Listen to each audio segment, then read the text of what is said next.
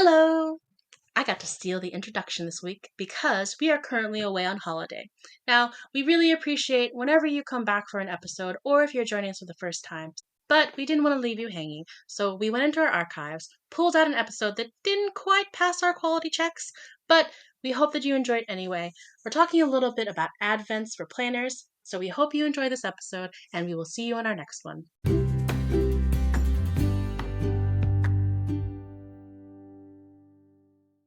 Hi, I'm Ash, the full time host of the UK Planner podcast. And beside me is my wife, Ari, the part time host, the full time Advent calendar historian.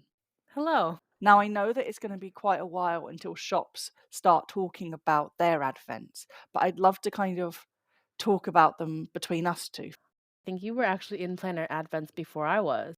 Oh, I think my first planner Advent was a Halloween one from Planners in Crime back in 2019. I might have gotten one from Simply Gilded because I was already in North America, so it was a lot easier to get it at the time. But what I have noticed is that there have been more in the recent years Advent calendars for more than just Christmas. Of course, not everyone celebrates Christmas, so it's nice to see when Advents that are for the winter aren't necessarily themed to Christmas or themed to the specific holiday, but rather things that you can use throughout the year. But also to see different holidays highlighted, like Wonton in a Million has for the last few years had a Lunar New Year advent calendar. Recently, I saw Cute Stickers Only had an Eid advent calendar that was really nice. So I'm really glad to see more advent calendars coming out for different holidays with different themes and things that are not necessarily Christmas or even non denominational Christmas themed, so that more people can use it and more people can enjoy these advent calendars for various holidays throughout the year. I completely agree with what you're saying. I think it's really good that a lot of Advents are now serving different types of communities or celebrating different parts of the year. But also, it means that, let's say, for example, people who do want a Christmas based Advent calendar, if a planner shop releases one in July and then a different planner shop releases one in, let's say, September, you're not having to find the money all at the same time. Yeah, and I think that's really good because you can kind of spread it out. Similarly, I appreciate it when planner shops that are having advents are a little bit on the more expensive side because they have a lot of products, sometimes a lot of specialty products that are new, that have not been in their shops before, and are maybe exclusive just to that advent. I appreciate it when those shops also have a payment plan. So maybe you can pay it in a couple installments rather than in one lump sum. I think that makes it easier for folks to plan their purchases and kind of have a little bit more wiggle room when it comes to buying advent calendars. What is the best thing you've ever got in a planner Advent calendar? Ooh, that's a hard one because I love the washies. I think washi is something that's so versatile that I really like using for a lot of different things, especially from some of my favorite shops. But I think if I had to pick one item, I would say this one advent, it was quite some time ago, probably 2019, 2020-ish time that you got for me that had this beautiful acrylic stand where you could flip the months over. And I've actually been able to reuse it because it was a stand that held A4 A5 actually, A4 is very large. A5 size pages in it, so I can use it and change it out as much as I want to because it's basically like an acrylic stand meets a photo album, and it is really nice, I do really like it, but I really wish I remembered which shop it was from. Yeah, I don't remember where it was from. I remember that it didn't come from the UK though. I know it was, I think, either Australian, Canadian, or American. Yeah, I don't remember what it was, but I do know what you're talking about because I see you using it all the time. Mhm. I'm going to be honest, I'm a huge sucker for personalized advents. Like, I like it when I buy something on Etsy or from the shop's website and it's like, what's your name? Or what's the name of the person who is getting this advent? Straight away, I'm like, oh, I'm hooked. And I remember last year I got some vinyl that said Ash and I was like so excited. I don't even use vinyl and I got really excited. I remember from Cressida Rose, I got I think it was a pencil case that had Ash on it. It was black with gold vinyl, and I was just so excited. Like, if it has my name on it, it's an instant winner. If anybody that's listening knows me in real life, they know my favorite planner shop is the Coffee Monsters Co. One year for her shop, she did an advent calendar that was 10 days, and then you could add 2 more days that were specifically Christmas themed. And I really liked that about her advent because you could get it and it had nothing to do with Christmas. So if you didn't celebrate, that was totally fine. She had some new releases that were exclusive to the advent. It was really lovely. But if you also did celebrate Christmas or if you just wanted the extra days, you could add that on and get it in your advent box. And I just thought that was such a creative way to do that so that if you wanted Christmas, you could, but if you wanted just to get to use the cute things that she was providing any point of the year, you absolutely could. And I think that is the advent that sticks out in my mind because I have so far not seen another done like that. Really? I've seen loads of advents that aren't Christmas themed. Not that they're not Christmas themed. Like there's loads of advents that are around the Christmas season or around the winter holiday season, but are not necessarily Christmas themed. But I have not, and maybe this is my lack of searching or lack of awareness of other shops, but I have not seen one that has done a general non-holiday related advent calendar with a Christmas add-on option. Oh, I see. If you can find someone in the UK who says, "How dare you name Coffee Monsters Co." then okay, but let's be honest, there's a lot of people who love her things. There's multiple vendors of her products in the UK specifically. All right, fair. I do love Helen's shop as well. So I know that you got a Lunar New Year advent last year as well as some Christmas ones. What's your plan for the 2024/2025 adventy season? I did really love the advent calendar from Wonton and a Million. To be fair, I do have a little bias to Cynthia because we are sorority sisters, so I have to shout her out a little bit because, sisterhood. But at the same time, I have not seen another shop do an advent calendar of the same level as Cynthia. Like her Lunar New Year advent calendars are always amazing. And my hope, if she's listening or if someone on her team is listening, is that one day she will do a pre-sale of all of her cookware that she's included over the years. Because now that I have one piece of it, I just want the rest. So I will definitely be looking out for her Lunar New Year calendar. I think I'll also definitely look out to see if Helen does one for the Coffee Monsters Co. Besides those two shops, I guess also, I know this is also not a UK shop, but Sticky Club last year was so good that I will probably get their advent calendar again as well if they have it. Yeah, we didn't really know about the Sticky Club until recently, and then we got their advent calendar, and now we're actually subscribed to them. So their marketing worked if they were hoping that they would kind of hook new subscribers through their advent.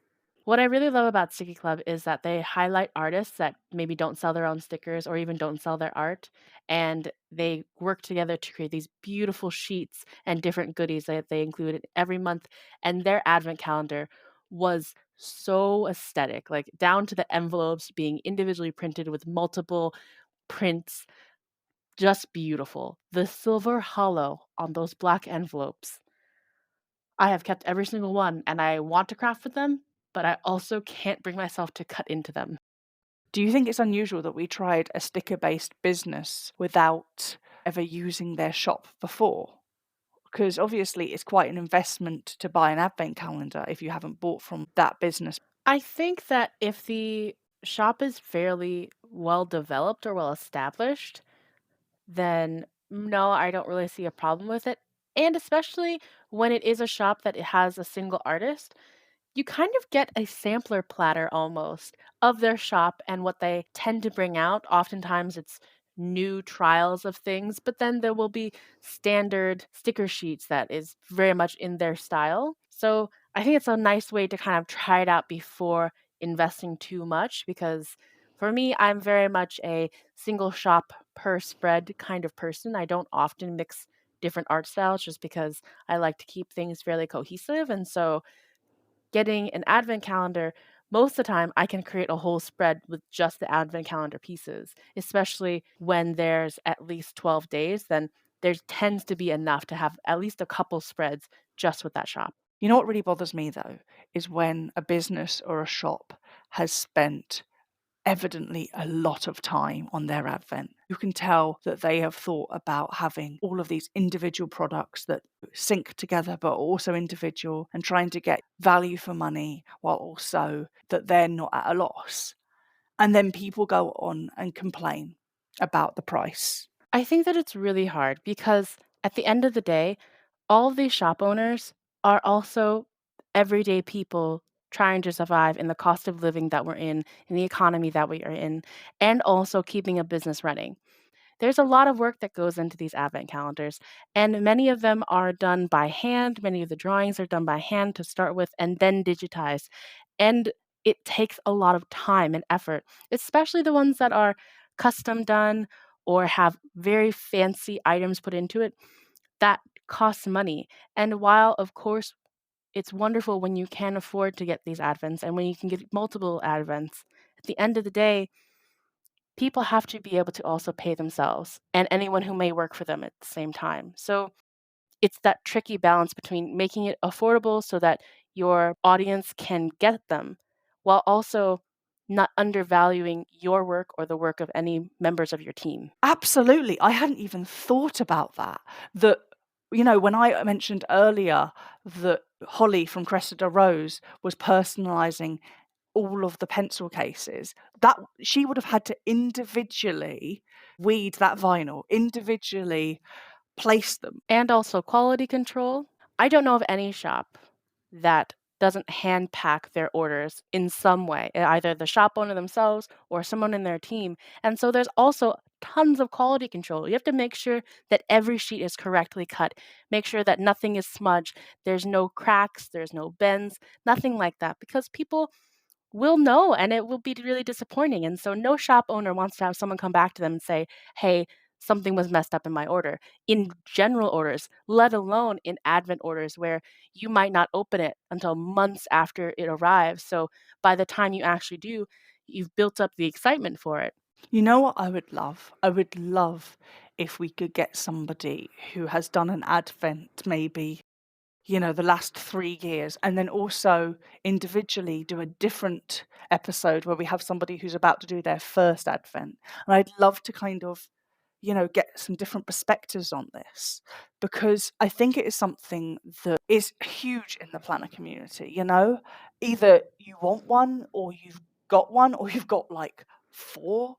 And, it's very easy to kind of not take it for granted, but kind of for, not think through how much effort and time and designing. And, there must be some shops that spend all that time only to get maybe, 4 orders. And the unfortunate thing is, if a shop doesn't get enough orders, then it doesn't end up being profitable. And at the end of the day, these are businesses, and some folks, this is their only business and their main source of income. So they need to have profits come in. I remember a few years back, I ordered an advent from a shop, and then it just so happened that shop was actually closing. So they ended up sending us just a selection of kind of what was left of their stock instead of the advent. But also later on, I'd spoken to the same person who had run that business, and they said that part of the reason they closed their shop was because they hadn't realized how much effort it would take to kind of make an advent. So they'd spent all this time kind of designing it, and they ended up just getting so burnt out that they didn't even want to do their shop anymore. Which says so much, doesn't it? It really speaks to the amount of work that these take.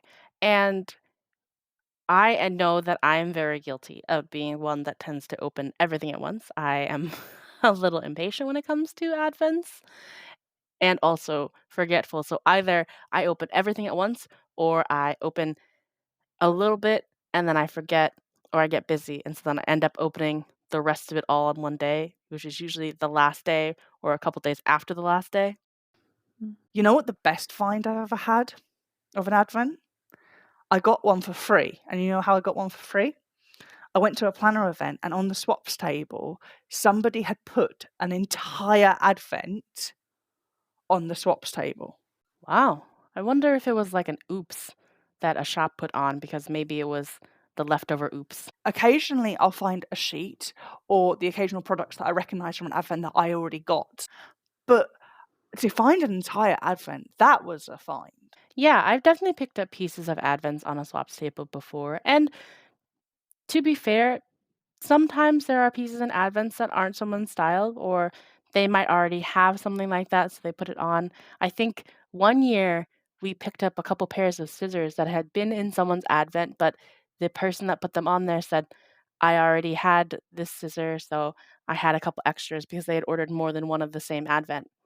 But then what I've also seen is like items that maybe I loved from an advent I'd already got. I found them again on a swaps table. And I think that's a really good thing is that sometimes shops don't, sell spares of a sheet, but then you still get to find them if you go to a planner event, or sometimes you find them on like, buy, sell, trade groups on Facebook. Do you ever seek out like extras of a sheet that really spoke to you or an item that really spoke to you?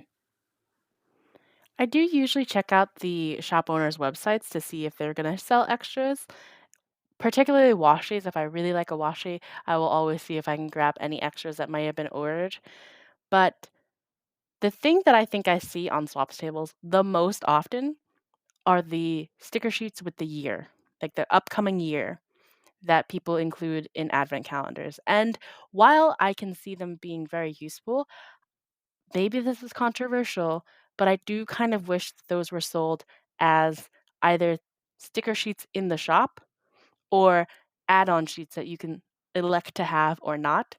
Because if you're a person that is fortunate enough to be in a place where you can get more than one advent, you end up with a ton of 2024s or 2025s or whatever the year that's coming next, if it is a winter holiday advent. And in my personal opinion, there's only so many places I can use 2024 or 2025 or whatever the year is, unless on every daily page I put the year on. Yeah, I think that it's one of those things where maybe if we're making a time capsule kind of spread or something, it's perfect. But at the same time, I would hate to kind of not use those stickers. Do I wish that more planner shops would kind of make it an elective thing? Absolutely. Like you said, I think an elective system works. I also do wish that you could kind of opt in, opt out on certain elements. Or, and this is not me dictating how a shop owner should be doing anything in their shop, because at the end of the day, I am not personally a shop owner, therefore, what I have to say means absolutely nothing. However, I think it would be nice to see the numbers split up, like even if they are these numbers for the following year, instead of having it in one single sticker, having it in separate pieces so that if someone wants to use 2025, they can, or they can use the isolated 2, isolated 0, isolated 2, isolated 5. So if you wanted to make it a part of a daily spread and just say the 5th of June, then you could. Oh, that's a good idea. Yeah, I think that would work because, like, even if, let's say, you're a parent and it's your kid's 4th birthday, it works. You could use the 4 then or whatever. So as long as the numbers aren't connected, I do sometimes just chop them up and use them how I want to, because even in the same advent sometimes, and I think that's the part where I can understand why you see them so often on the swaps tables. If an advent has more than one page that has multiple stickers of the following year, then you don't always have places to use them. So when that happens, sometimes I will pick them up from the swaps table and just chop up the stickers so I can just use the 4 or the 2 or the 0. I know that advents are meant to be a surprise and people try really hard not to have spoilers. I do appreciate spoilers because I like knowing what I'm getting myself into. So there was one pen advent. They had a page where you could click on saying, if you want to spoil it, you can go here. And then you click on it and it said, are you absolutely sure you want to spoil this? And then you could click through again. And then you could see everything that was going to come in the advent. And while I know that might ruin it for some, for me, I really like knowing what I'm getting myself into, especially if it's a shop that I've never seen before or a shop that I haven't ordered from before yet. So sometimes I wish that other advents would have that, where if you absolutely, definitely wanted to spoil it for yourself, you could, because I have definitely felt FOMO from not ordering an advent because I wasn't sure what it would look like or what it would include. And then once it comes out, of course, after it's been sold and done, then I'm like, "Oh, shoot, I wish I had gotten that, but I didn't know if I would like it, so I didn't get it." Versus if you know a shop and you know that you already like their things, and especially if it's one of your top shops, you might get it regardless of what's in it. But when it's a new shop that you haven't really seen, or if it's a shop that's never done an advent before, then I feel like there's a little bit more hesitancy because you're not quite sure what's coming in it or what it might entail.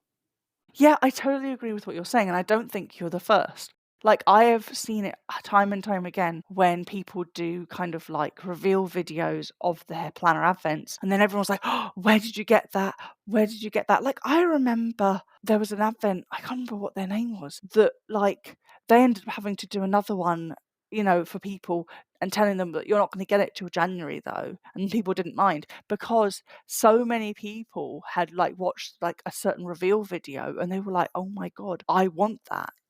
Which is great. A relaunch of an advent calendar or a collection is amazing because it shows how popular those items were. I do think that if more shops had the multi-level selection to spoil what's going to be in it, might be nice for folks who want to know what they're getting when they're ordering. And of course, there's pros and cons to either. There's people who don't want to know, they don't want to be spoiled, they avoid spoiling as much as possible because I wanna be surprised every day. So, it's hard. It's another one of those situations where you can't please everybody, and if you try to, you still won't please everybody. I think you're right, and I think that is the thing about owning any business. You need to know that your business can't be for everybody. Not everybody is going to vibe with your business. Not everybody is going to be wanting what you're selling, and that's okay.